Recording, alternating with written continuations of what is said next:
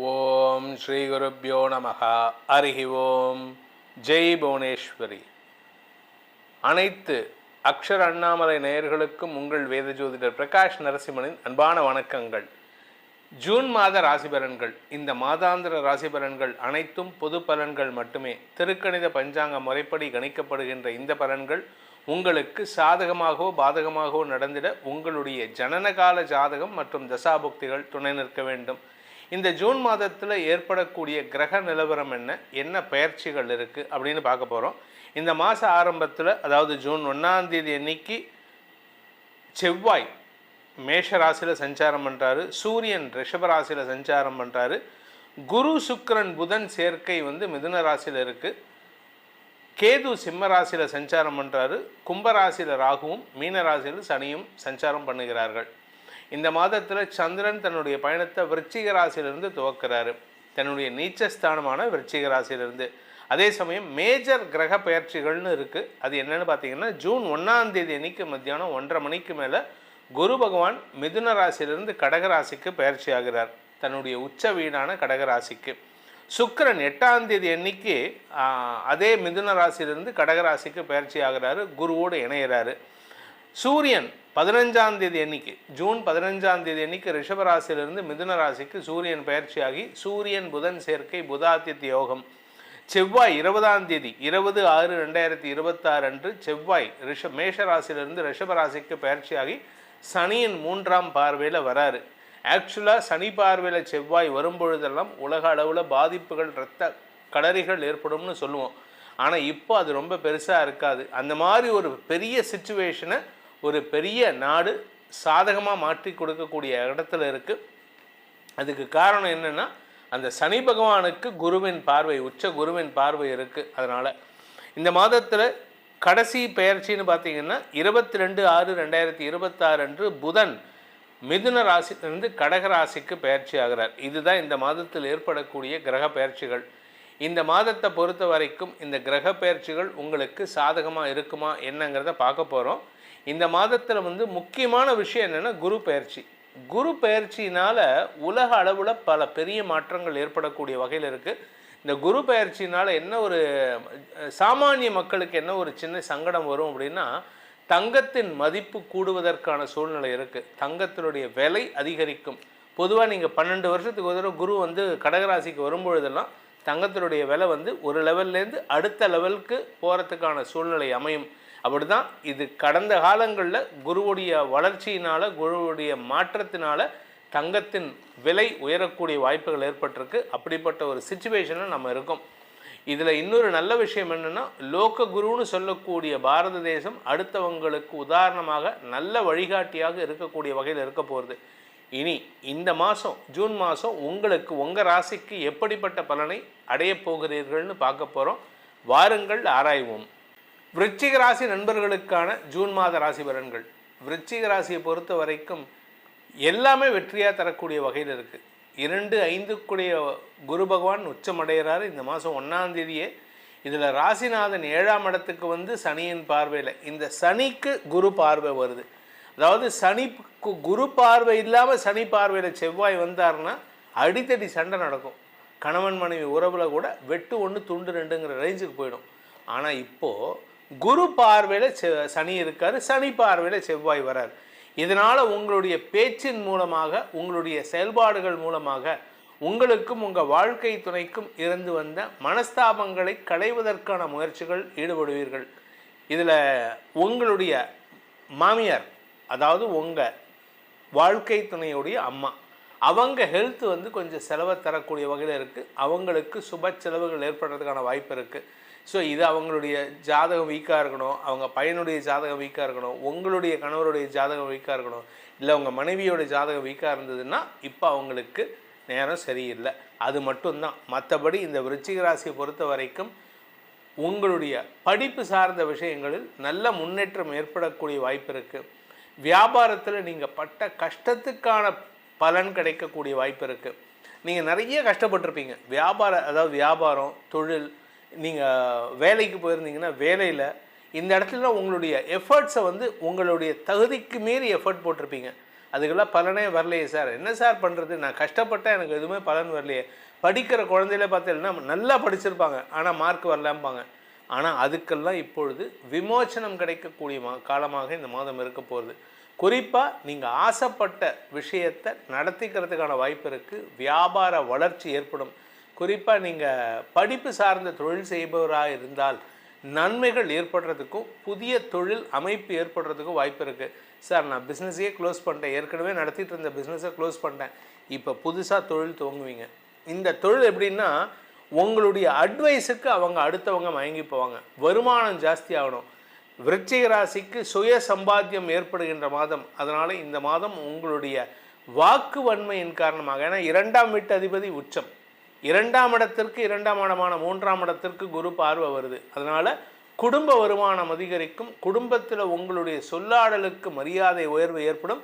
குடும்பத்தில் உங்களுடைய ஆரோக்கியம், உங்களுடைய தாயாரின் ஆரோக்கியம் போன்ற விஷயங்களில் இருந்த குழப்பங்கள் நிவர்த்தியாகும். அதே சமயம் தாயாரின் தேவைகள் பூர்த்தியாகக்கூடிய வகையில் இருக்குது. இந்த ராசியில் பிறந்தவங்களுக்கு 9ஆம் இடத்துக்கு குரு போகிறாரு. விருச்சிக ராசிக்கு 9ஆம் இடத்துக்கு குரு போகிறாரு. இதனால் தந்தை விஷயத்தில் ஏதாவது நல்லது நடக்குமா அப்படின்னா, தந்தை ஒன்றா உங்களை விட்டு வெளியூருக்கு போவார், இல்லாட்டி அவருடைய வேலை நிமித்தமாக வெளியூருக்கு போகிறதுக்கான முயற்சியில் ஈடுபடுவார்.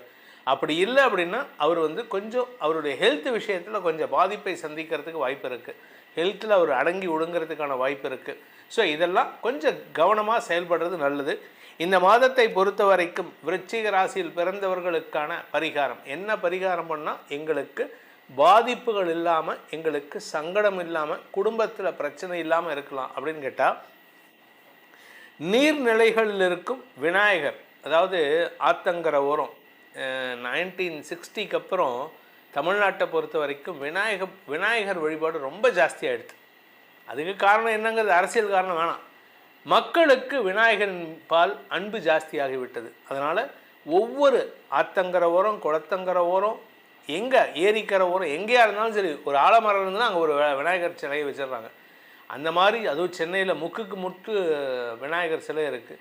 அந்த மாதிரி இருக்கக்கூடிய விநாயகரை, நீர்நிலைக்கு பக்கத்தில் இருக்கக்கூடிய விநாயகரை, ஏரி குளம் பக்கத்தில் ஆறு பக்கத்தில் இருக்கக்கூடிய விநாயகருக்கு முடிஞ்சதுன்னா நீங்கள் தினமும் ஒரு சொம்போ ஒரு குடமோ தண்ணி அபிஷேகம் பண்ணுங்கள். அதனால் உங்களுக்கு அந்த விநாயகரின் அருளின் காரணமாக தடைகள் விலகி வெற்றிகள் நிரந்தரமாகும். உங்கள் ராசிக்கான பலாபலன்களை பார்த்தீங்க, இது பொதுவான பலன்தான். தனிப்பட்ட ஜாதகத்துக்கு பலன்கள் தெரிந்து கொள்ளணும், அதன் மூலமாக எதிர்காலத்தை சரியாக்கி கொள்ளணும் அப்படின்னு ஆசைப்படுறவங்க, உங்களுடைய பாதையை தெரிந்து கொண்டு செயல்படுவதற்கு இது உதவிகரமாக இருக்கும்னு நம்புகிறவங்க, கீழே கொடுக்கப்பட்டுள்ள அடியனுடைய தொலைபேசி எண்கள், கைபேசி எண்கள் 2 கொடுத்துருக்கேன். ஒரு நம்பர் 8ல் ஆரம்பிக்கிற நம்பர் டைரக்ட் அப்பாயின்மெண்ட் வரதுக்கு, சென்னையில் என்னை நேரில் சந்திக்கிறதுக்கு. 72ல் ஆரம்பிக்கிற நம்பர் வாட்ஸ்அப்பில் அப்பாயின்மெண்ட் ஃபிக்ஸ் பண்ணிக்கிறதுக்கு.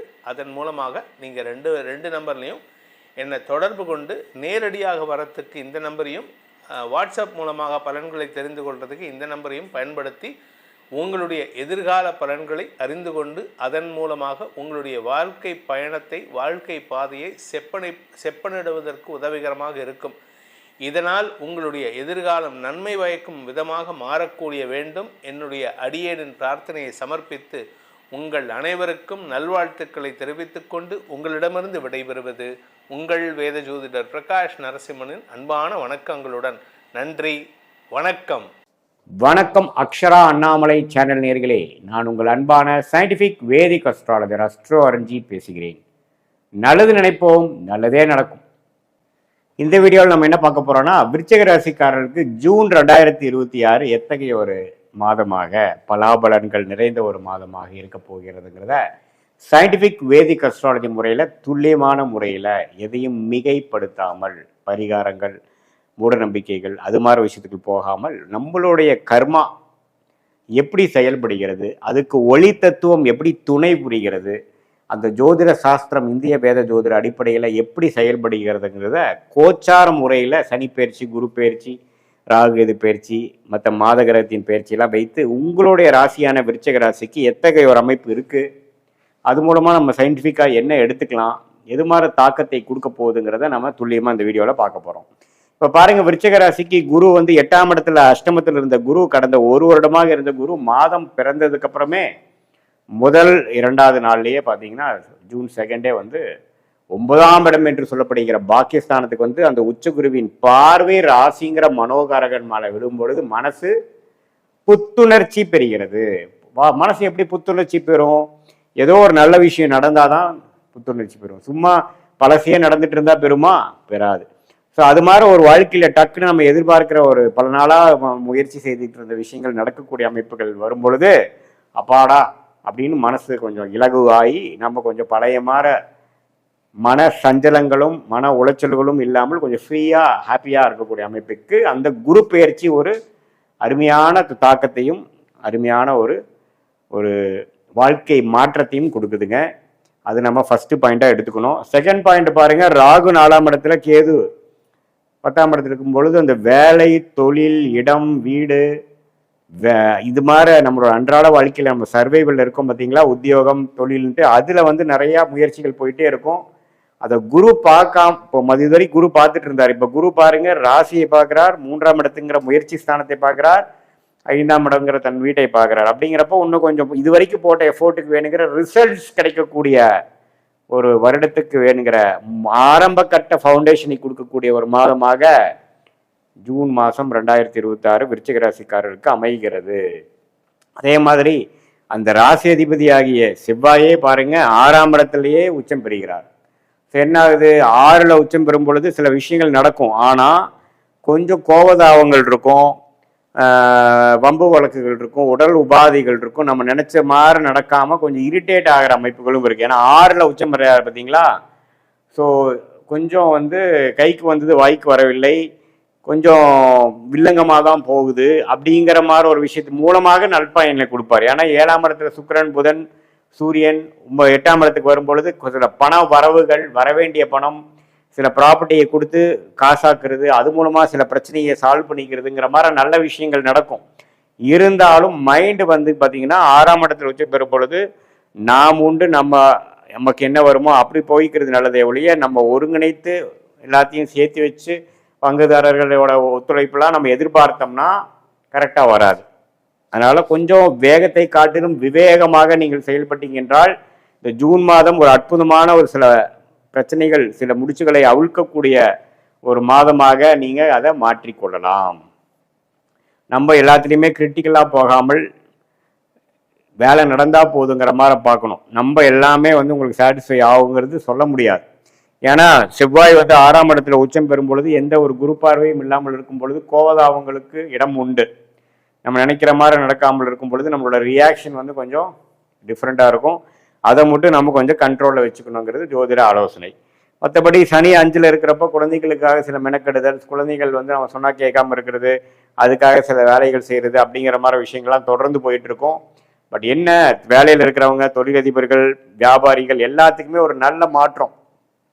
டக்குன்னு அவங்க எதிர்பார்க்குற ஒரு சேஞ்ச் ஆஃப் ஜாப்பு, எதிர்பார்க்குற ஒரு பிஸ்னஸில் இருக்கிற ஒரு இன்ட்ரன்ஸாக இருந்து ஒரு பெரிய டர்ன் ஓவர் ஆகாமல் பிரச்சனையாகி பிரேக் ஈவனே ஆகாமல் இருந்த கூட சில பிரச்சனைகள்லாம் சால்வ் ஆகி அடுத்த கட்ட நடவடிக்கையாக அடுத்த கட்ட ஒரு முன்னேற்றத்துக்கு நோக்கி போகக்கூடிய ஒரு அற்புதமான ஒரு ஆண்டோட ஆரம்ப கட்ட ஃபவுண்டேஷனை கொடுக்கக்கூடிய, அடிப்படையை கொடுக்கக்கூடிய ஒரு மாதமாக இந்த ஜூன் 2026 மாதம் வந்து உங்களுக்கு அமைகிறது. ஸோ எப்பவுமே 9ல் குரு வருவது வந்து அது உச்ச குருவாக வருவது அருமையான விஷயம். அது 12 வருஷத்துக்கு ஒரு தடவை தான் விருச்சிக ராசிக்காரர்களுக்கு வராங்க. அதனால அப்பா மூலமாக வரக்கூடிய சொத்து, பூர்வீக விஷயங்கள், பாக்கியங்கள் எல்லாமே பரிபூர்ணமாக நமக்கு இந்த கடந்த ஒரு வருஷமா குரு 8ல் இருந்து பிரச்சனையை கொடுத்துட்டு இருந்தது, கைக்கு வந்தது வாய்க்கு வரவில்லைங்கிற மாதிரியும் கிணத்துல போட்ட கல்லு மாதிரி இருந்தக்கூடிய சில விஷயங்கள்லாம் டக்குன்னு கொஞ்சம் வேகமாக நடந்து சில விஷயங்கள் நமக்கு சாதகமாக முடிந்து நட்பலன்களை கொடுக்கக்கூடிய அமைப்புகள் வருகிறதுங்கிறது நம்ம தெரிஞ்சுக்கணும்.